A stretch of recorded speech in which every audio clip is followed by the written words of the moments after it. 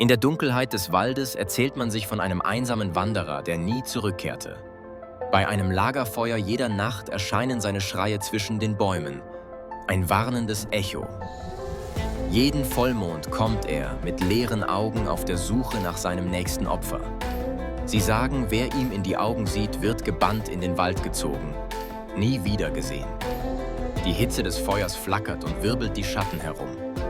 Hast du genug Mut, den Wald zu betreten? Hinterlass einen Kommentar, wenn du wissen willst, was mit denjenigen passiert, die diese Grenze überschreiten.